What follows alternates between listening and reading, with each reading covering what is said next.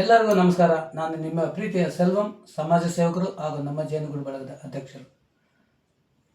ನಾನು ಕರ್ನಾಟಕ ರಾಜ್ಯ ರಸ್ತೆ ಸಾರಿಗೆ ಸಂಸ್ಥೆಯಲ್ಲಿ ಚಾಲಕನಾಗಿ 30 ವರ್ಷಗಳ ಕಾಲ ಸೇವೆಯನ್ನು ಸಲ್ಲಿಸಿ ನಿವೃತ್ತಿ ಹೊಂದಿರುತ್ತೇನೆ. ನನ್ನ ಒಂದು ಅನಿಸಿಕೆಗಳನ್ನು ಹೇಳಲು ತಮ್ಮ ಮುಂದೆ ಬಯಸುತ್ತೇನೆ. ನನ್ನ ಬಾಲ್ಯ ನೀವು ಹುಟ್ಟಿದ್ದು ಎಲ್ಲಿ? ನಿಮ್ಮ ತಂದೆ ತಾಯಿ ಬಗ್ಗೆ ಹೇಳಿ. ನಾನು ಹುಟ್ಟಿದ್ದು KGF ಅಲ್ಲಿ, ಕೋಲಾರ ಚಿನ್ನದ ಗಣಿಯಲ್ಲಿ ಹುಟ್ಟಿದ್ದೇನೆ. ವಿದ್ಯಾಭ್ಯಾಸ ಹೊಸಪೇಟೆ ಮತ್ತು ಬಳ್ಳಾರಿಯಲ್ಲಿ 9ನೇ ತರಗತಿವರೆಗೂ ಓದಿದ್ದೇನೆ. ಕಾಲಾಂತರದಿಂದ ನಮ್ಮ ಮನೆಯ ಕಷ್ಟದಿಂದ ನಾನು ವಿದ್ಯಾಭ್ಯಾಸವನ್ನು 9ನೇ ಕ್ಲಾಸಿಗೆ ನಿಲ್ಲಿಸಿ, ನಮ್ಮ ತಾಯಿಯ ಕಷ್ಟವನ್ನು ನೋಡೋಕ್ಕಾಗದೆ ವಿದ್ಯಾಭ್ಯಾಸ ನಿಲ್ಲಿಸಿ ಕೆಲಸಕ್ಕೆ ಹೋಗಿದ್ದೆ. ಕೆಲಸಕ್ಕೆ ಹೋಗೋರು ನನಗೆ 30 ರೂಪಾಯಿ ಸಂಬಳ. 30 ರೂಪಾಯಿ ಸಂಬಳದಲ್ಲಿ ಸಂಬಳವನ್ನು ನಮ್ಮ ತಾಯಿಗೆ ಕೊಟ್ಟು ಆ ಜೀವನಗಳು ತುಂಬ ಕಷ್ಟಕರ ಜೀವನಗಳನ್ನು ನಡೆಸಿದೆ. ಬಾಲ್ಯದಿಂದನೇ ಕಷ್ಟ ಅಂದರೆ ಏನು ಅಂತ ಗೊತ್ತು. ನಮ್ಮ ತಾಯಿ ಹೇಳಿಕೊಟ್ಟಿದ್ದಂಗೆ, ನಿನ್ನಿಂದ 4 ಜನಕ್ಕೆ ಒಳ್ಳೇದು ಮಾಡು, ಯಾರಿಗೂ ಕೆಟ್ಟದ್ದು ಬಯಸಬೇಡ ಅಂಥೇಳಿ ನಮ್ಮ ತಾಯಿ ಆವತ್ತಿಂದವರೆಗೂ ಇವತ್ತವರೆಗೂ ಆ ಕಿವಿ ಮಾತು ನನ್ನ ಕಿವಿಯಲ್ಲಿ ಯಾವಾಗಲೂ ಇದೆ. ನಮ್ಮ ತಂದೆಯೊಬ್ಬರು ಸೈನಿಕರೆಂದೇ ಗೊತ್ತಲ್ಲ ನಿಮಗೆ. ಅವರು ಒಳ್ಳೆ ಇದರಲ್ಲಿ ಬೆಳೆದಂಥವರು. ಅಂಥ ವಾತಾವರಣದಲ್ಲಿ ನಮ್ಮ ತಾಯಿ ನಮಗೆ ಕಷ್ಟಪಟ್ಟು ಓದಿಸಿ ತರಕಾರಿ ಮಾರಿ ನಮ್ಮನ್ನ ಓದಿಸಿದ್ರು. ಆ ಓದುವ ದಿನಗಳಲ್ಲಿ ನಾನು ಒಂದು 6 ವರ್ಷ ಇರ್ಬೋದು. ನನಗೆ ಚೆನ್ನಾಗಿ ನೆನಪಿದೆ. 6 ಇಲ್ಲ 5 ವರ್ಷ ಇರ್ಬೋದು. ನಮ್ಮ ತಾಯಿ ತರಕಾರಿ ತಗೊಂಡು ಮಾರ್ತಾಯಿದ್ರು. ಅಮ್ಮ ಯಾಕೆ ಇಷ್ಟು ಕಷ್ಟ ಬರ್ತದೆ? ಇಲ್ಲಪ್ಪ, ನಿಮ್ಮ ತಂದೆ ಬಂದಿದ್ದ ದುಡ್ಡೆಲ್ಲ ಕುಡಿದ್ಬಿಟ್ಟು ಅದು ಮಾಡ್ತಾರೆ, ಹಂಗಾಗಿ ನಾನು ತರಕಾರಿ ಹೊತ್ತು ನಿಮ್ಮನ್ನ ಓದಿಸ್ಬೇಕಂದ್ರೆ. ಅವಾಗ ನಾನು ಅಂದೆ, ಕುಡಿಯೋದ್ರಿಂದ ಎಷ್ಟೊಂದು ಇದಿದೆ ಅಂತಂದ್ರೆ. ಆ ವಯಸ್ಸಲ್ಲೇ ನನಗೆ ಆ ಮನೆ ಬಂದು ನಮ್ಮ ತಾಯಿ ಮೇಲೆ ನಾನು ಆಣೆ ಮಾಡಿ, ಆ ವಯಸ್ಸು ಚಿಕ್ಕ ವಯಸ್ಸಲ್ಲೇ ನಾನು ಆಣೆ ಮಾಡಿದ್ದೆ. ಅಮ್ಮ, ನಾನು ಬದುಕಿರೋವರೆಗೂ, ನನ್ನ ಜೀವ ಇರೋವರೆಗೂ ಯಾವುದೇ ಕಾರಣಕ್ಕೆ ಯಾವುದೇ ವ್ಯಸನಕ್ಕೆ ಹೋಗದೆ ಕುಡಿತ ಚಟಗಳಿಂದ ದೂರ ಇರ್ತೀನಿ ಅಂತೇಳಿ ಅವತ್ತು ಪ್ರಮಾಣ ಮಾಡಿದೆ. ಇವತ್ತಿಗೆ ನನಗೆ 61 ವರ್ಷಗಳು ಆಗ್ತಾ ಇದೆ. ಆದರೂ ಇವತ್ತಿಗೆ ಆ ಪ್ರಮಾಣವನ್ನು ನಿಜವಾಗಲೂ ನನ್ನ ಮನಸ್ಸಾಕ್ಷಿಯಾಗಿ ನಾನು ಇವಾಗ ಹಂಗೆ ಇದ್ದೀನಿ. ಇದು ನಿಜ, ಎಲ್ಲರಿಗೂ ಗೊತ್ತು.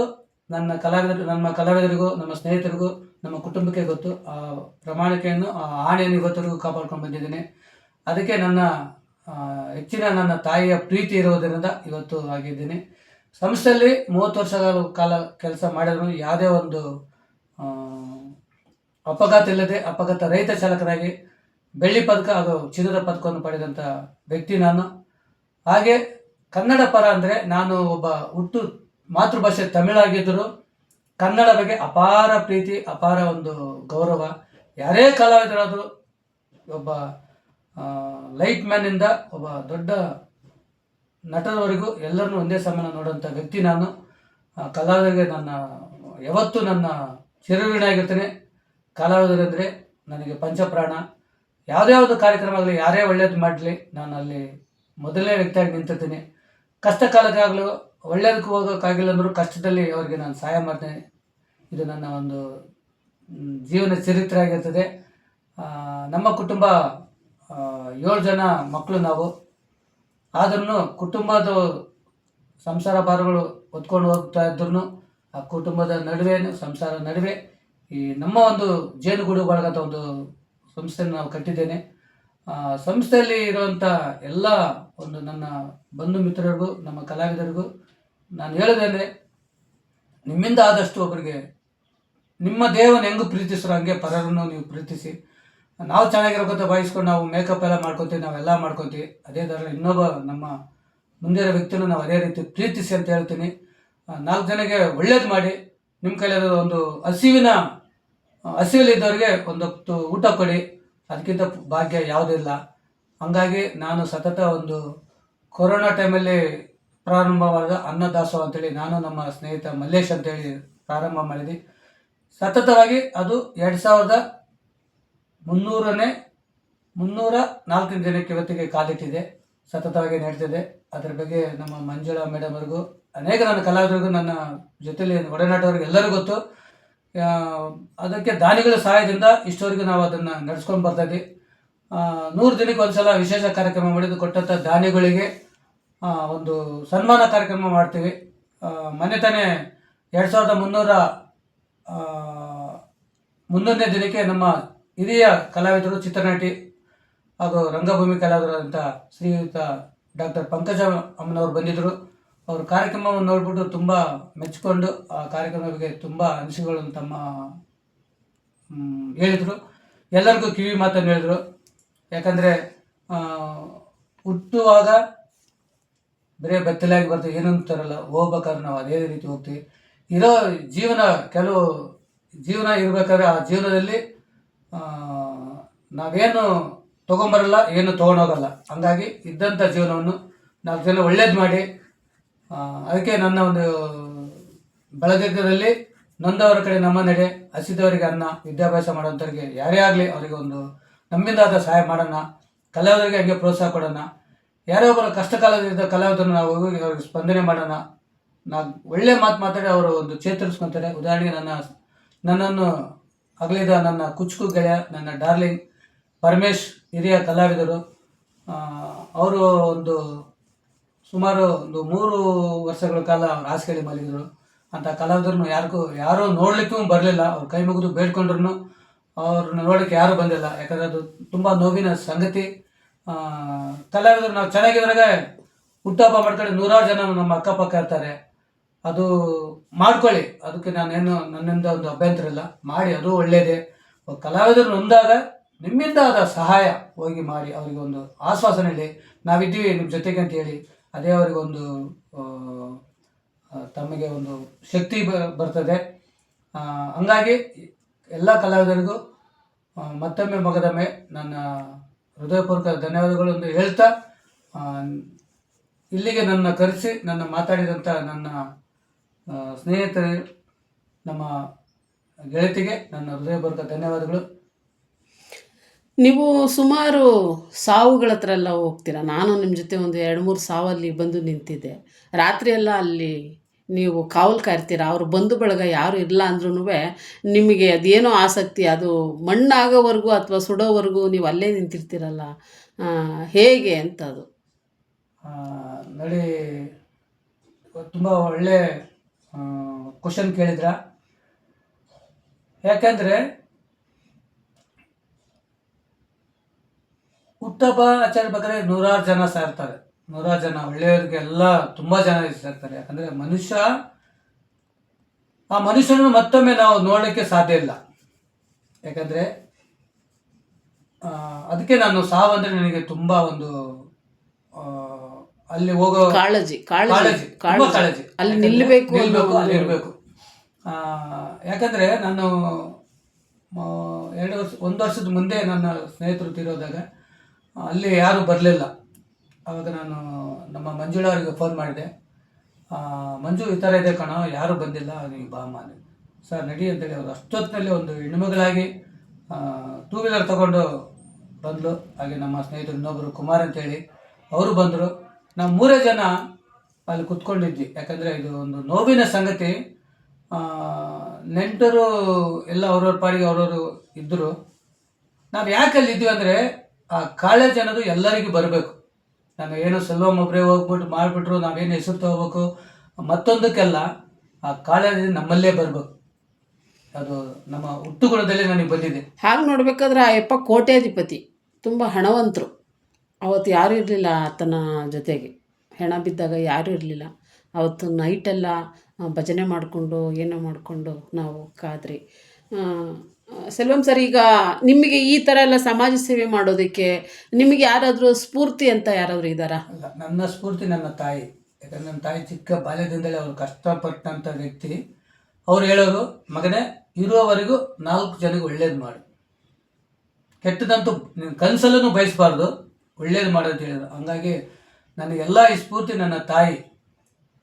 ಆಮೇಲೆ ಸರಳತೆ ಬಂದು ನಮ್ಮ ಸಹೋದ್ಯೋಗಿ ಅಂತ ನಮ್ಮ ಸಂಸ್ಥೆಯಲ್ಲೇ ಕೆಲಸ ಮಾಡಿದಂಥ ಸೂಪರ್ ಸ್ಟಾರ್ ರಜನಿಕಾಂತ್ ಅವರ ಸರಳತೆ ನನಗೆ ತುಂಬ ಒಂದು ಇಷ್ಟ. ಹಾಗಾಗಿ ನಾನು ಯಾವಾಗಲೂ ಅಹಂಕಾರದಿಂದ ಮೆರೆದೆ ಒಂದು ತಗ್ಗಿ ಬಗ್ಗಿ ತುಂಬ ನೀಡ್ತೀನಿ. ಯಾಕಂದರೆ ನನ್ನ ಸರಳತೆ ಎಲ್ಲರಿಗೂ ಗೊತ್ತು. ಯಾವುದೇ ಕಾರ್ಯಕ್ರಮ ಹೋದ್ರೂ ನಾನು ಕೊನೆ ಬೆಂಚಲ್ಲಿ ಹೋಗಿ ಹಿಂದೆ ಹೋಗಿ ಕುಂತಿರ್ತೀನಿ. ಅವರೇ ಕರೆದು ಏನು ಸರ್ ಹಿಂದೆ ಹೋಗಿ ಕುಂತಿರ್ತೀನಿ ಅಂತ ಕೇಳ್ತಾರೆ. ಆ ಸರಳತೆ ಎಲ್ಲರಲ್ಲಿ ಇರಬೇಕು. ಆ ವಿನಯ ನಮ್ರತೆ ನಮ್ಮಲ್ಲಿದ್ದರೆ ಮಾತ್ರ ನಾವೊಂದು ದೊಡ್ಡ ಸ್ಥಾನಕ್ಕೆ ಬೆಳೆಯಲಿಕ್ಕೆ ಸಾಧ್ಯ. ಎಷ್ಟೇ ಎತ್ತರಕ್ಕೆ ಹೋದರೂ ನಾವು ಸಣ್ಣದಾಗಿರಬೇಕು ಅನ್ನೋದು ನಿಮ್ಮ ಒಂದು ಮಾತು. ಹಾಗೆ ಇಷ್ಟು ನೀವು BMTC ಮತ್ತು KSRTCಯಲ್ಲಿ 30 ವರ್ಷಗಳ ಸೇವೆಯನ್ನು ಮಾಡಿದ್ರಿ. ನಿಮಗೆ ಅಲ್ಲಿನ ಅನುಭವಗಳನ್ನು ಏನಾದರೂ ಹೇಳಲಿಕ್ಕೆ, ಹೌದು ನಾನು ಮರೆಯೋಕ್ಕೆ ಆಗಲ್ಲ, ಅಥವಾ ಕಹಿ ಘಟನೆ ಆಗ್ಬೋದು, ಸಿಹಿ ಘಟನೆ ಆಗ್ಬೋದು, ಏನಾದರೂ ಇದ್ದರೆ ಹೇಳಲಿಕ್ಕೆ ಇಷ್ಟಪಡ್ತೀರಾ? ಇದು Amrit visions maker YouTube channel. ದಯವಿಟ್ಟು ಎಲ್ಲ ಸಬ್ಸ್ಕ್ರೈಬ್ ಆಗಿ. ಇದು ಒಂದು ಕನ್ನಡ ಚಾನಲ್ಲು, ಕನ್ನಡದವರು ಕಲಾವಿದರಿಗೋಸ್ಕರ. ಇಂಥ ಪ್ರತಿಭಾವಂತರು, ಅದು ಸಾಧಾರಣ ಆಗ್ಬೋದು, ಅಸಾಧಾರಣ ಆಗ್ಬೋದು, ಯಾರೇ ಆಗಲಿ ನಮ್ಮ ಯೂಟ್ಯೂಬ್ ಚಾನಲ್ನಿಂದ ಅವರಿಗೆ ಒಂದು ಪರಿಚಯ ಮಾಡಿ ನಾವು ಆ ಪರಿಚಯವನ್ನು ಯೂಟ್ಯೂಬ್ನಲ್ಲಿ ಹಾಕ್ತಾ ಇರ್ತೀವಿ. ದಯವಿಟ್ಟು ನೋಡಿದವರು ಸಬ್ಸ್ಕ್ರೈಬ್ ಮಾಡಿ, ಹಾಗೆ ಶೇರ್ ಮಾಡಿಕೊಡಿ. ಹೇಳಿ ಸರ್, ಏನಾದರೂ ಒಂದು ಕಹಿ ಅನುಭವ ಅಥವಾ ಕಹಿ ಘಟನೆ ಅಂತೂ ಯಾವುದೂ ನಡೆದಿಲ್ಲ. ಯಾಕಂದರೆ ನಾನು ಒಂದು ಉತ್ತಮ ಚಾಲಕನಾಗಿ ಕರ್ತವ್ಯ ನಿರ್ವಹಿಸಿದೆ. ಕರ್ತವ್ಯಕ್ಕೆ ಹೋದಾಗ ನನ್ನ ಶಿಸ್ತು, ನನ್ನ ಒಂದು ಭಾವನೆ ಚೇಂಜ್ ಆಗೋದು. ಯಾಕಂದರೆ ಮನೆಯಲ್ಲಿ ಎಷ್ಟೇ ಒತ್ತಡಗಳಿದ್ರೂ, ಬೇರೆ ಎಲ್ಲ ಸಮಸ್ಯೆ ಇದ್ರೂ, ನಾವು ಕರ್ತವ್ಯಕ್ಕೆ ಹೋಗ್ಬೇಕಾದ್ರೆ ಗೇಟಲ್ಲಿ ಹೋಗಿ ನಾನೊಂದು ಆ ಗೇಟ್ ಹತ್ರ ಹೋದಾಗಲೇ ನಾನು ನನ್ನ ಮನಸ್ಸಲ್ಲಿ ಒಂದು ನಮಸ್ಕಾರ ಮಾಡಿಕೊಂಡು ಬಸ್ಸನ್ನು ಚಾಲನೆ ಮಾಡಬೇಕಾದ್ರೆ ನನ್ನ ತಾಯಿಯನ್ನು ನೆನೆಸ್ಕೊಂಡು ಬಸ್ಸನ್ನು ಚಾಲನೆ ಮಾಡ್ತಿದ್ದೆ. ಹಂಗಾಗಿ ನನಗೆ ಯಾವುದೇ ಒಂದು ಈ ಥರ ಘಟನೆ ನಡೆದಿಲ್ಲ. ಚಿಕ್ಕ ಪುಟ್ಟ ಆಗಿರ್ಬೋದು, ಅದೆಲ್ಲ ಸಹಜ. ಯಾಕಂದರೆ ಚಾಲಕರ ವೃತ್ತಿಯಲ್ಲಿ ಅವೆಲ್ಲ ಸಹಜ. ದೊಡ್ಡದು ಮಟ್ಟಿಗೆ ಯಾವುದೋ ಒಂದು ಆಗಿಲ್ಲ. ಯಾಕಂದರೆ ಅದಕ್ಕೆ ನನ್ನ ಒಂದು ಶಿಸ್ತಿನ ಸಿಪಾಯಿಯಾಗಿ ನಾನು ಕರ್ತವ್ಯಕ್ಕೆ ಹೋಗ್ತದೆ. ಎಲ್ಲರೂ ಹೇಳೋರು, ಏನಪ್ಪ ಇಷ್ಟೊಂದು ಇದಾದ್ರೂ ಒಳ್ಳೆ ಹೆಂಗಾಗಿ ಬರ್ತಿದ್ದ, ನಿನ್ನ ಡ್ರೆಸ್ ಕೋಡ್ ಮಾತ್ರ ತುಂಬ ಚೆನ್ನಾಗಿದೆ ಅಂತ ಹೇಳೋರು. ಅದಕ್ಕೆ ನಾನು ಎಲ್ಲರೂ ನೋಡಿದರೆ ನನ್ನ ಯೂಟ್ಯೂಬ್ ನೋಡಿದವ್ರನ್ನೂ ನೋಡ್ಬೋದು. ನಾನು ಡ್ಯೂಟಿಯಲ್ಲಿದ್ದಾಗ ಯಾವ ಥರ ಶಿಸ್ತಾಗಿ ವಸ್ತ್ರವನ್ನು ಧರಿಸ್ತಿದ್ದೆ. ನಂಬರ್ ಪ್ಲೇಟ್ ಆಗಲಿ, ನೇಮ್ ಒಂದು ಬೋರ್ಡ್ ಆಗಲಿ, ಬ್ಯಾಡ್ಜ್ ಆಗಲಿ, ಶೂ ಆಗಲಿ, ಅಷ್ಟೇ ಶಿಸ್ತಾಗಿ ಹೋಗ್ತದೆ. ಯಾಕಂದರೆ ಯಾವುದೋ ಒಂದು ಈ ಥರ ಘಟನೆ. ನಾನು ನಿವೃತ್ತಿ ಆಗ್ಬೇಕಾದ್ರೆ ನನ್ನ ಸಹ ಪ್ರಯಾಣಿಕರು, ನನ್ನ ಜೊತೆಯಲ್ಲಿ ಬಂದಂಥ ಎಲ್ಲ ಪ್ರಯಾಣಿಕರು ಕಣ್ಣೀರಲ್ಲಿ ನೀರು ಹತ್ಕೊಂಡು ನನಗೆ ನಡು ರಸ್ತೆಯಲ್ಲಿ ತಪ್ಕೊಂಡ್ರು. ಯಾಕಂದರೆ ಅದೊಂದು ಒಳ್ಳೆ ಆ ಬಾಂಧವ್ಯ. ಯಾಕಂದರೆ ನಾನು ಎಲ್ಲೋ ಇದ್ದಂಥ ಚಾಲಕನನ್ನು ಅಷ್ಟು ಜನ ನನ್ನ ಪ್ರಯಾಣಿಕರು ತಪ್ಕೊಂಡು ಕಣ್ಣೀರು ವಿದಾಯ ಅಂತ ಹೇಳೋದು ತುಂಬ ಒಂದು ಅಪರೂಪದಲ್ಲಿ ಅಪರೂಪ. ಕೊನೆಯದಾಗಿ ಬಂದ ನನ್ನ ಆ ಪ್ರಯಾಣಿಕರಿಗೆ ನಾನು ಯಾವಾಗಲೂ ಚಿರಋಣಿ ಆಗಿರ್ತೀನಿ. ಯಾಕಂದರೆ ನಾನು ಹೇಳಿದೆ ಈ ಥರ ನಾನು ರಿಟೈರ್ಡ್ ಆಗ್ತಾ ಇದ್ದೀನಿ ಅಂತೇಳಿ ಅವರಿಗೆ ಮಾಹಿತಿ ಕೊಟ್ಟಾಗ ಎಲ್ಲರ ಸಿಹಿ ಹಂಚಿದೆ. ಎಲ್ಲರ ಕಣ್ಣಂಚಿನಲ್ಲಿ ನೀರು ಬಂದು ಎಲ್ಲರೂ ನನ್ನ ತಕ್ಕೊಂಡು, ತುಂಬ ಸಾರ್ ನೀವು ನಾವು ಎಷ್ಟೋ ಡ್ರೈವರ್ ಚಾಲಕರು ನೋಡಿದ್ವಿ, ನಮ್ಮ ಎಷ್ಟೋ ಜನ ನಾವು ಹೋಗಿದ್ವಿ ಬಂದಿದ್ವಿ, ನಿಮ್ಮಂಥ ಚಾಲಕರು ನೋಡಿದ್ವಿ, ನಿಜವಾಗ್ಲೂ ನಮಗೆ ಹೆಮ್ಮೆ ಸರ್. ನಿಮ್ಮಂಥ ಚಾಲಕರ ಜೊತೆಯಲ್ಲಿ ನಾವು ಪ್ರಯಾಣ ಮಾಡಿ 2 ವರ್ಷ ಸತತ ಕಾಲ ನೈಸ್ ರೋಡಲ್ಲಿ ವಾಹನ ಚಲಾಯಿಸಿದೆ. ಅಲ್ಲಿ ನೂರಾರು ಜನರು ಪ್ರಯಾಣಿಕರು ನನಗೆ ಪರಿಚಯ ಆದರು. ಹಂಗಾಗಿ ಒಂದು ಬಾಂಧವ್ಯ ಬೆಳೀತು. ಯಾಕಂದರೆ ಅದು ಇವತ್ತಿನವರೆಗೆ ಆ ಸ್ನೇಹ, ಇದು ನಾನು ಮರಿಲಿಕ್ಕೆ ಆಗ್ತಾಯಿಲ್ಲ. ಆ ಕೊನೆಯದಾಗಿ ಬಂದ ಪ್ರಯಾಣಿಕರು ಒಂದು ಫೋಟೋ ಮಾಡಿ ನನ್ನ ಮನೆಯಲ್ಲಿ ಇಡಬೇಕಂತಿದ್ದೆ. ಆ ಪ್ರಯಾಣಿಕರ ಫೋಟೋ ಇದೆ ನನ್ನ ಹತ್ರ. ಖುಷಿಯಾದ ವಿಚಾರ ನೋಡಿ. ಎಲ್ಲರೂ ಬರ್ತಾರೆ, ಅವ್ರವ್ರ ಕೆಲಸ ಏನೋ ಮಾಡಿಕೊಂಡು ಸಂಬಳ ತೊಗೊಂಡು ಹೋಗ್ತಾರೆ.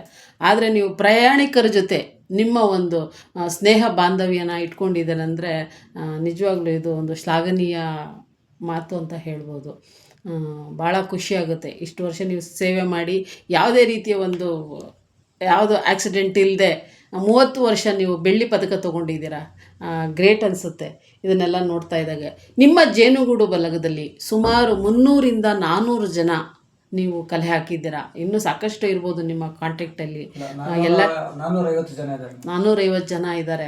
ಅಷ್ಟು ಜನನ ನೀವು ಗುಡ್ಡೆ ಹಾಕಿ ನಿಜವಾಗ್ಲೂ ನಿಮ್ಮ ಮಾತಿಗೆ ಹೋಗೊಟ್ಟು ಎಲ್ಲರೂ ಬರ್ತಾರೆ. ನೀವೇನೇ ಕಾರ್ಯಕ್ರಮ ಮಾಡಿದ್ರು ನೀವು ಬರ್ತಾರೆ. ನೀವು ಹಣ ಕೊಟ್ಟು ಯಾರನ್ನೂ ಕರೆಸ್ಕೊತಾ ಇಲ್ಲ, ಅದಂತೂ ನಮಗೆ ಗೊತ್ತಿರೋ ವಿಷಯ.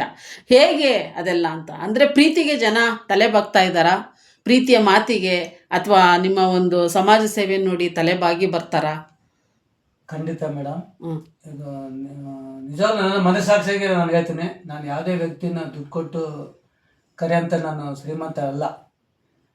ನನ್ನ ಒಂದು ಸರಳತೆಗೆ, ನನ್ನ ಒಂದು ಪ್ರೀತಿಗೆ, ನನ್ನ ಒಂದು ಆ, ಒಳ್ಳೆಯ ನಡತೆಗೆ ಮೆಚ್ಚಿ ಬರೋಂಥ ಕಲಾವಿದರೇ ಜಾಸ್ತಿ.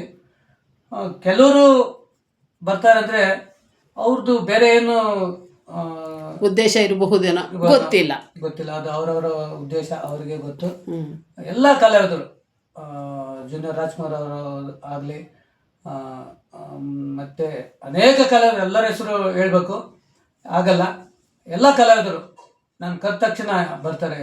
ಸುಮಾರು ಸಲ ನಮ್ಮ ಜೂನಿಯರ್ ರಾಜ್ಕುಮಾರ್ ಅಜಿತ್ ಅವರಿಗೆ ಎಷ್ಟೋ ಜನ ಕೇಳಿರಂತೆ, ಏನು ಸರ್ ನಮ್ಮ ಕಾರ್ಯಕ್ರಮ ಹೋದರೆ ಟೈಮಿಂಗ್ ನೋಡ್ಕೊಂಡು ಹೋಗ್ತೀರಾ, ಆದರೆ ಸಲ್ಲಂ ಸರ್ ಕರೆದ್ರೆ ಬೆಳಗಿಂದ ಸಾಯಂಕಾಲ ಅವ್ರ ಜೊತೆಗಿತ್ತು ಅಂತ ಹೇಳಿದ್ರು ಅವರೇ ಕೇಳಿದಂತೆ. ಅದಕ್ಕೆ ನೋಡಿ, ಹಣ ಕೊಟ್ಟರೆ ಎಲ್ಲ ಸಿಗ್ತದೆ ಅಂದರೆ ಪ್ರೀತಿ, ನಿಜವಾದ ಪ್ರೀತಿ ಸಿಗಲ್ಲ. ಪ್ರೀತಿಯೇ ಬೇರೆ, ಹಣ ಕೊಟ್ಟು ಪ್ರೀತಿ ಮಾಡೋದೇ ಬೇರೆ, ನಟನೆ ಬೇರೆ, ನಿಜ ಜೀವನ ಬೇರೆ. ಇದಕ್ಕೆ ಉದಾಹರಣೆ ನನ್ನ ಆಪ್ತ ಗೆಳೆಯ, ಸ್ನೇಹಿತ, ನನ್ನ ಪ್ರೀತಿಯ ಜೂನಿಯರ್ ರಾಜ್ಕುಮಾರ್ ಅಜಿತ್ ಅವರು. Great sir. ಸರ್, ಈಗ ಇಷ್ಟೆಲ್ಲ ನೀವು ಸಮಾಜ ಸೇವೆಗಳನ್ನ ಮಾಡ್ತಾ ಇದ್ದೀರಾ. ದೊಡ್ಡಬಳ್ಳಾಪುರದಲ್ಲಿ ಅಲ್ಲಿ ಹೋಗಿ ದಿನ ಅನ್ನದಾಸೋಹಕ್ಕೆ ಅಲ್ಲೂ ನಿಲ್ತೀರಾ. ಯಾವುದೇ ಆಶ್ರಮಗಳಲ್ಲಾಗ್ಬೋದು ನೀವು ಕಾಣಿಸ್ತೀರಾ. ನಿಮಗೆ ಈಗ ಮುಂದೆ ಏನಾದರೂ ನಿಮಗೆ ಒಂದು ಕನಸಿದೆಯಾ, ಒಂದು ಗುರಿ ಇದೆಯಾ, ನಾನು ಹೀಗೆ ಮಾಡಬೇಕು ಈ ಥರ ಏನಾದರೂ ಅಂತ ಇದೆಯಾ, ಅಥವಾ ಹೀಗೆ ಮಾಡೋರ ಜೊತೆ ನಾನು ಸಹಾಯಕನಾಗಿ ನಿಂತರೆ ಸಾಕು ಅನ್ನೋದೇನಾದರೂ ಇದೆಯಾ? ಇಲ್ಲ, ಸಂಸ್ಥೆಗಳು ಕಟ್ಕೊಂಡ್ಬಿಟ್ರೆ ನಾವು ಬಾವೆ ಕಪ್ಪಿ ಥರ ಆಗ್ಬಿಡ್ತೀವಿ. ಇವಾಗ ನಾನು ಆಶ್ರಮ ಮಾಡಿದ್ನಂದರೆ ಆಶ್ರಮ ಕಟ್ಬೇಕಾದ್ರೆ ತುಂಬ ಗುರಿ ಇದೆ, ಅದಕ್ಕೆ ಸಾಕಷ್ಟು ಹಣ ಬೇಕು, ಅಷ್ಟು ಶ್ರೀಮಂತ ನಾನಲ್ಲ. ಹಂಗಾಗಿ ನಾನು ಸುಮಾರು ಆಶ್ರಮಗಳಲ್ಲಿ ನನ್ನ ಕೈಲಾದ ಒಂದು ಅಳಿಲು ಸೇವೆಯನ್ನು ಮಾಡ್ತೀನಿ. ಉದಾಹರಣೆಗೆ ಜನಸ್ನೇಹಿ ಯೋಗೇಶ್ ಆಶ್ರಮ ಆಗಲಿ, ಜನಧನಿ ಮಹೇಶ್ ಆಶ್ರಮ ಆಗಲಿ, ಸುಮಾರು ಆಶ್ರಮಗಳಿಗೆ ಹೋಗಿಬಿಟ್ಟು ನಾನು ನನ್ನಿಂದಾದ ಸಹಾಯ ಮಾಡ್ತೀನಿ. ಯಾಕಂದರೆ ಆಶ್ರಮ ಖರ್ಚಷ್ಟು ಶ್ರೀಮಂತ ನಾನಲ್ಲ. ಅದಕ್ಕೆ ಹಣ ಬಲ ಬೇಕು, ಆಮೇಲೆ ಸ್ಥಳ ಬೇಕು, ಎಲ್ಲ ಬೇಕು. ಆಶ್ರಮ ಮಾಡೋದು ತುಂಬ ಉದ್ದೇಶ ಇದೆ. ನೋಡೋಣ, ಭಗವಂತ ಆ ಒಂದು ಶಕ್ತಿ ಕೊಟ್ಟರೆ ಖಂಡಿತವಾಗಿಯೂ ಆಶ್ರಮ ಮಾಡಲಿಕ್ಕೆ ಸಿದ್ಧ ಇರ್ತೀನಿ. ನನ್ನಿಂದ ಆದಷ್ಟು ನನ್ನ ಇನ್ನೊಬ್ಬರು ಸ್ನೇಹಿತರು ಈ ಬಗ್ಗೆ ನಾನು ಹೇಳಬೇಕು. ನಮ್ಮ ಆಟೋರಾಜ್ ಅಂತೇಳಿ ನನ್ನ ಆತ್ಮ ಮಿತ್ರ, ನನ್ನ ತಮ್ಮ ಅಂತೇಳಿ ಹೇಳಬೇಕು. ಯಾಕಂದರೆ ಅವರು ಸುಮಾರು 1400 ಜನ ಇವತ್ತು ಅವ್ರ ಆಶ್ರಮದಲ್ಲಿದ್ದಾರೆ. ಒಬ್ಬ ಆಟೋ ಚಾಲಕನಾಗಿ ತಮಿಳ್ನಾಡಿಂದ ಬೆಂಗಳೂರಿಗೆ ಬಂದು ಒಂದು ಆಟೋ ತಗೊಂಡು ಆಟೋದಲ್ಲಿ ಒಬ್ಬ ಪೇಷಂಟ್ ಇಟ್ಕೊಂಡು ಇವತ್ತು ದೊಡ್ಡ ಮಟ್ಟದ ಆಶ್ರಮ ಕಟ್ಟಿ ಒಬ್ಬ ರಾಷ್ಟ್ರ ಪ್ರಶಸ್ತಿಗಳನ್ನು ಪಡೆದಂಥ ನನ್ನ ಸ್ನೇಹಿತ, ನಮ್ಮ ತಮ್ಮ ಅಂತೇಳಿ ಹೆಮ್ಮೆ ಆಗ್ತದೆ. ಅದಕ್ಕೆಲ್ಲದಕ್ಕೂ ಸಮಯ ಇರಬೇಕು. ನಮ್ಮ ಸೂಪರ್ ಸ್ಟಾರ್ ರಜನಿ ಹೇಳ್ತಾರೆ, ಎಲ್ಲದಕ್ಕೂ ಕಾಲ ಇರಬೇಕು, ಸಮಯ ಇರಬೇಕು, ದೇವರ ದಯ ಇರಬೇಕಂತಾರಲ್ಲ. ಅದಕ್ಕೆ ಒಂದು ವೇಳೆ ಆ ಥರ ಭಗವಂತ ನನಗೆ ಒಂದು ಶಕ್ತಿ ಕೊಟ್ಟರೆ ನಾನು ಖಂಡಿತವಾಗಿಯೂ ನಮ್ಮ ಜೇನುಗೂಡು ಬಳಗ ಅಂತೇಳಿ ಆಶ್ರಮಕ್ಕೆ ಹೆಸರಿಟ್ಟು ನಾನು ಮಾಡ್ಬೇಕಂತ ಸಿದ್ಧ ಇದ್ದೀನಿ. ನೋಡೋಣ, ಅದೆಲ್ಲ ನಿಮ್ಮೆಲ್ಲರ ಪ್ರೀತಿ, ನೋಡುವ ವೀಕ್ಷಕರು ಪ್ರೋತ್ಸಾಹ ಕೊಟ್ಟರೆ ಖಂಡಿತ ಆಗ್ತದೆ, ಕಲಾವಿದರು ಪ್ರೋತ್ಸಾಹ ಕೊಟ್ಟರೆ ಖಂಡಿತ ಆಗ್ತದೆ. ಆದರೂ ಭಗವಂತನ ಇಚ್ಛೆ ಇದ್ದರೆ ಆಗಲಿ. ಆಶ್ರಮ ತುಂಬ ಆಗ್ತದೆ ಅಂತೇಳಿ ಅದಕ್ಕೊಂದು ನೋವಿದೆ. ಯಾಕಂದರೆ ತಂದೆ ತಾಯಿಯನ್ನು ಪ್ರೀತಿಯಿಂದ ನೋಡಿ, ಈ ಜಗತ್ತಿನಲ್ಲಿ ಎಲ್ಲವನ್ನೂ ಸಂಪಾದನೆ ಮಾಡ್ಬೋದು, ಆದರೆ ತಂದೆ ತಾಯಿನ ಸಂಪಾದನೆ ಮಾಡೋಕ್ಕೆ ಆಗೋಲ್ಲ. ಇದ್ದಾಗ ತಂದೆ ತಾಯಿಗೆ ಗೌರವ ಕೊಟ್ಟು ಅವ್ರನ್ನ ಒಳ್ಳೆ ಪ್ರೀತಿಯಿಂದ ಸ್ನೇಹಿತನಾಗಿ, ಯಾಕಂದರೆ ನಿಮ್ಮ ಬಾಲ್ಯ ಜೀವನವನ್ನು ಅವರು ಗರ್ಭದಲ್ಲಿ ತಾಯಿ ಧರಿಸ್ಬೇಕಾದ್ರೆ ಆ ವೇದನೆ ಏನಂತೇಳಿ ಆ ತಾಯಿಗೆ ಮಾತ್ರ ಗೊತ್ತು, ದೇವರಿಗೂ ಗೊತ್ತಿಲ್ಲ. ಅಂಥ ವೇದನೆ ಪಡೆದು ನಿಮ್ಮನ್ನು ಈ ಭೂಮಿಗೆ ತಂದಂಥ ತಾಯಿಯನ್ನು ದಯವಿಟ್ಟು ನಿಮ್ಮ ಉಸಿರಿರೋರು ಅವ್ರನ್ನ ಚೆನ್ನಾಗಿ ನೋಡ್ಕೊಳ್ಳಿ, ಪ್ರೀತಿಯಿಂದ ನೋಡ್ಕೊಳ್ಳಿ. ಯಾವುದೇ ದಯವಿಟ್ಟು ಮನೆಯಿಂದ ಆಚೆಗೆ ತಳ್ಬೇಡಿ, ಆಶ್ರಮಗಳಿಗೆ ಬಿಡಬೇಡಿ. ಯಾಕಂದರೆ ಆಶ್ರಮಗಳಿಗೆ ಹೋದಾಗ ಸುಮಾರು ಜನ ನನಗೆ ಆ ಕಥೆಗಳನ್ನು ಕೇಳಿ ಕಣ್ಣಲ್ಲಿ ನೀರು ಬರ್ತದೆ. ಈ ದಯಮಾಡಿ ನನ್ನ ಒಂದು ಕಿವಿ ಮಾತು, ತಂದೆ ತಾಯಿಯನ್ನೇ ಗೌರವ ಕೊಡಿ, ಅವ್ರನ್ನ ಪ್ರೀತಿಸಿ, ದಯವಿಟ್ಟು ಮನೆಯಿಂದ ಅವ್ರನ್ನ ಆಚೆ ಬಿಡಬೇಡಿ. ಸರ್, ಕೊನೆಯದಾಗಿ ಒಂದು ಪ್ರಶ್ನೆ. ನೀವು ಹುಟ್ಟಿದ್ದು ತಮಿಳಿನ ವಾತಾವರಣದಲ್ಲಿ, ಮಾತೃಭಾಷೆ ತಮಿಳು, ಆದರೆ ಕನ್ನಡ ಅಭಿಮಾನ ಯಾಕೆ, ಹೇಗೆ, ಅದಕ್ಕೆ ಯಾರಾದರೂ ಸ್ಫೂರ್ತಿ ಇದ್ದಾರಾ? ಇದೆ. ಯಾಕಂದರೆ ಕನ್ನಡ ಅಂದರೆ ಈ ಕರ್ನಾಡು ಅಂದರೆ ಅದರಲ್ಲೇನೆ ಕರುಣೆ ಅಂತ ಇದೆ. ಆ ಹೆಸರಿಗೆ ಒಂದು ವಿಶೇಷವಾದ ಒಂದು ಅರ್ಥ ಇದೆ. ಕರುನಾಡು ಅಂದರೆ ಆ ಕರುಣೆ ತೋರುವಂಥ ನಾಡು ವಿಷಯ. ಅಂತ. ಹಂಗಾಗಿ ಆ ಕರುನಾಡು ಅಂದರೆ ನನಗೆ ನನ್ನ ಉಸಿರು ಇರೋವರೆಗೂ ಇವತ್ತಿಗೂ ನಾನು ಸುಮಾರು ಜನಕ್ಕೆ ಹೇಳ್ತೀನಿ, ಶಿಷ್ಯ ನಾನು ಸತ್ತೋದ್ರೆ ನನಗೆ ಹಾರ ತಂದು ಹಾಕ್ಬೇಡ, ಈ ಕನ್ನಡ ಶಾಲು ಹಾಕಂತ ಹೇಳ್ತೀನಿ ಎಲ್ಲರೂ. ಯಾಕಂದರೆ ಆ ಕನ್ನಡ ಬಗ್ಗೆ, ಆ ಕನ್ನಡ ಅಷ್ಟು ಅಭಿಮಾನ ಇದೆ. ಅಭಿಮಾನ ನನ್ನ ಕೊನೆಯ ಉಸಿರು ಇರೋವರೆಗೂ, ಏನು ಇವತ್ತಿನವರೆಗೂ ನಾನು ವರ್ಷದ 365 ದಿನವರೆಗೂ ಈ ಕನ್ನಡ ಬಾವುಟವನ್ನು ಹಾಕ್ಕೊಂಡು ಓಡಾಡೋ ವ್ಯಕ್ತಿ ನಾನೇ ಇರ್ಬೋದು ಅಂತ ನನಗೆ ಅನ್ನಿಸ್ತದೆ. ಯಾಕಂದರೆ ನಾನು ತುಂಬ ಕಡೆ ನೋಡ್ತಾ ಇದ್ದೀನಿ, ಆ ಕನ್ನಡ ನವೆಂಬರ್ ತಿಂಗಳಲ್ಲಿ ಮಾತ್ರ ಹಾಕೋತಾರೆ, ಒಂದು ದಿವಸ ಹಾಕೋತಾರೆ, ಅದೊಂದು ತಿಂಗಳಲ್ಲಿ ಹಾಕೋತಾರೆ. ಯಾವುದಾದ್ರೂ ಒಂದು ಈ ಕನ್ನಡ ಒಂದು ಹೆಸರು ಚಳುವಳಿ ಇದ್ದಾಗ ಮಾತ್ರ ಹಾಕೋತಾರೆ.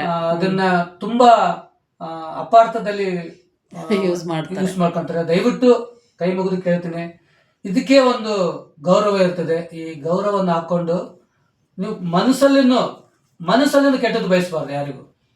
ನಾನು ಕಿವಿ ಮಾತು ಹೇಳಕ್ಕೆ ಬರ್ತೀನಿ, ತಪ್ಪಿದ್ರೆ ಕ್ಷಮೆ ಇರಲಿ. ಯಾಕಂದ್ರೆ ಇದಕ್ಕೆ ಅಷ್ಟು ಒಂದು ಪವರ್ಫುಲ್ ಇದೆ, ಅರ್ಥ ಇದೆ, ಇದಕ್ಕೊಂದು ಘನತೆ ಇದೆ, ಗೌರವ ಇದೆ. ದಯವಿಟ್ಟು ಯಾರು ಬೇಕಾದ್ರೆ ಮಾಡಿ, ಬೇರೆ ಚಟುವಟಿಕೆ ಮಾಡಿ, ಇದನ್ನು ಕೆಳಗೆ ಬಿಚ್ಚಿಟ್ಬಿಟ್ಟು ಮಾಡಿ. ಇದು ನನ್ನ ಕಿವಿ ಮಾತು. ವರ್ಷದ 365 ದಿನ ನಾನು ಹಾಕೊಂಡು ಓಡಾಡ್ತೀನಿ. ಅದನ್ನು ನನಗೆ ಹೆಮ್ಮೆ ಅನ್ನಿಸ್ತದೆ. ಒಬ್ಬ ತಮಿಳಿಗನಾಗಿ ಈ ಕನ್ನಡ ಬಗ್ಗೆ ನನಗೆ ಇಷ್ಟೊಂದು ಪ್ರೀತಿ ಇರೋದಕ್ಕೆ ಅಭಿಮಾನ ಅಷ್ಟೇ ಸಾಕು. ಈ ಕರುನಾಡ ಅಂತ ಹೆಸರಿಗೆ ನಾನು ಯಾವತ್ತೂ ಚಿರಋಣಿ ಆಗಿರ್ತೀನಿ. ನನ್ನ ಕೊನೆ ದಿವಸದವರೆಗೂ ಈ ಬಾವುಟ ನನ್ನ ಹೆಗಲ ಮೇಲೆ ಇರ್ತದೆ. ಇದು ನನ್ನ ಒಂದು ಉದ್ದೇಶ. ಧನ್ಯವಾದಗಳು ಸರ್. ನಮ್ಮ ಅಮೃತ್ ವಿಷನ್ಸ್ ಮೇಕರ್ಸ್ ಯೂಟ್ಯೂಬ್ ಚಾನಲ್ಗೆ ಬಂದು ನಮ್ಮ ಕರೆಗೆ ಹೋಗೊಟ್ಟು ನಿಮಗೆ ಸಮಯ ಇಲ್ಲ, ಶ್ರಮ ಈ ಶ್ರಮ ತಿರುಗುವಂಥ ಇದರಲ್ಲಿ ಕರೆದು ನಮ್ಮ ಜೊತೆ ಅರ್ಧ ಗಂಟೆ ಕೂತಿದ್ದೀರಾ. ಹೃದಯ ತುಂಬಿದ ಧನ್ಯವಾದಗಳು ಸರ್. ನಿಮಗೂ, ಯಾಕಂದರೆ ಅಮೃತ ವಿಷನ್ಸ್ ಅಂದರೆ ನನಗೆ ನಮ್ಮ ಮಂಜು ಅವರು ಹೇಳಿದರು, ತುಂಬ ಖುಷಿ ಆಯಿತು. ನಮ್ಮವರೇ ಒಂದು ಈ ಯೂಟ್ಯೂಬ್ ಚಾನಲ್ನ ಪ್ರಾರಂಭ ಮಾಡಿದ್ದಕ್ಕೆ ನಮ್ಮ ಕಲಾವಿದರು, ನನ್ನ ಸಹಪಾಠಿ ಒಬ್ಬರು ಮಾಡಿದ್ದಾರೆ ಅಂದರೆ ಅದು ನನಗೆ ಒಂದು ಹೆಮ್ಮೆ. ಅದರಲ್ಲಿ ನನ್ನನ್ನು ಕರೆದು, ಒಬ್ಬ ಚಿಕ್ಕ ಕಲಾವಿದನ್ನು ಕರೆದು ನನಗೆ ಒಂದು ಪ್ರಯತ್ನ ಕೊಟ್ಟು ಮಾತಾಡೋರಿಗೆ ಸಮಯ ಕೊಟ್ಟಂಥ ನನ್ನ ಅಮೃತ ವಿಷನ್ಸ್ ಟಿವಿಯವರಿಗೂ, ಯೂಟ್ಯೂಬ್ ಚಾನಲ್ಗೆ ನಾನು ಯಾವಾಗಲೂ ಚಿರಋಣಿಯಾಗಿರ್ತೀನಿ. ಯಾರೇ ಕಲಾವಿದರು ಅವ್ರಿಗೆ ಪ್ರೋತ್ಸಾಹ ಕೊಡಿ, ಕಾಲೆಳೆಯ ಕೆಲಸ ಯಾರೂ ಮಾಡಬೇಡಿ. ಕಲಾವಿದರಿಗೆ ಗೌರವ ಕೊಡಿ. ನಾವೆಲ್ಲರೂ ಒಂದಾಗಿರೋಣ. ಅದಕ್ಕೆ ನನ್ನ ಒಂದು ಸೀಮೆಗೆ ನಮ್ಮ ಜೇನುಗೂಡು ಬಳಗ ಅಂತ ಇಟ್ಟಿದ್ದೀನಿ. ಎಲ್ಲರಿಗೂ ಮತ್ತೆ ಹೃದಯಪೂರ್ವಕ ಧನ್ಯವಾದಗಳು. ಜೈ ಹಿಂದ್, ಜೈ ಕರ್ನಾಟಕ. ಮತ್ತೆ ನಮಸ್ಕಾರ.